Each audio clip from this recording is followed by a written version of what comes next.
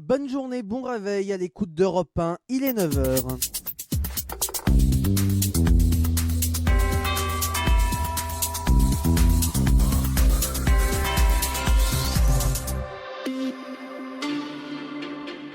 Vendredi 9 août 2019, Maxime Martinez pour votre Flash Info. Bonjour à toutes et à tous.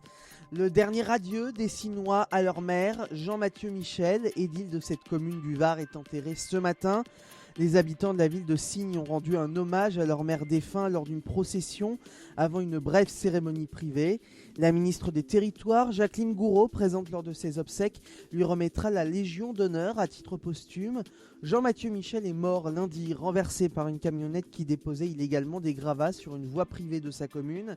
Le conducteur a été mis en examen pour homicide involontaire. La cathédrale n'est pas encore tirée d'affaire, elle est encore dans un petit coma. Ce sont les mots forts de Patrick Chauvet, recteur de Notre-Dame de Paris ce matin.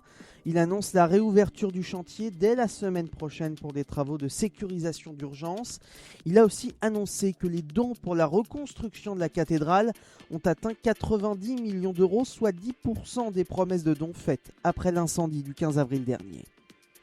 La coalition vole en éclats en Italie. Matteo Salvini, ministre de l'Intérieur, homme fort du gouvernement Conte et chef du parti d'extrême droite La Ligue, a demandé hier soir des élections anticipées, rompant ainsi l'alliance avec ses alliés du mouvement 5 étoiles de Luigi Di Maio.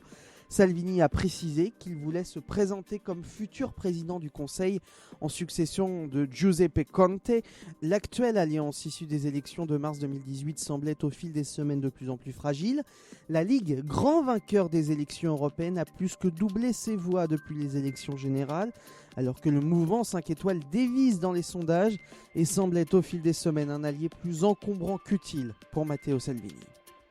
Les intempéries sur la France, après la vague de chaleur de ces derniers jours, le temps se dégrade. Aujourd'hui, 26 départements de l'Est et du Sud de la France, du Bas-Rhin à la Haute-Garonne, ont été placés en vigilance orange orage par Météo France. Ces précipitations devraient arriver en fin d'après-midi et dans la soirée, avec de fortes chutes de grêles attendues. Quoi qu'il arrive, la pluie sera le principal ciel du pays en cette veille de week-end. Un week-end qui sera d'ailleurs chargé sur les routes. Nouveau chassé-croisé entre juilletistes et haussiens. Les prévisions de Bison Futé prévoient un samedi rouge dans le sens des départs au niveau national et orange dans celui des retours. Les bouchons sont notamment attendus du côté des régions Auvergne-Rhône-Alpes et PACA, où la couleur passe même au noir dans le sens des départs. Fans de foot, c'est le jour J, la reprise du championnat de France de Ligue 1. Premier match et premier choc ce soir entre l'AS Monaco et l'Olympique Lyonnais. Lyon, troisième du dernier exercice, a connu de nombreux chamboulements lors de l'intersaison avec un nouvel entraîneur et un nouveau directeur sportif, la légende du club Juninho.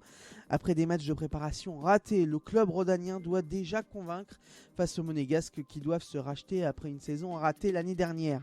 Coup d'envoi 20h45 au Stade Louis II, un match à suivre bien entendu avec Lionel Rosso dans Europe 1 Sport. Europe 1.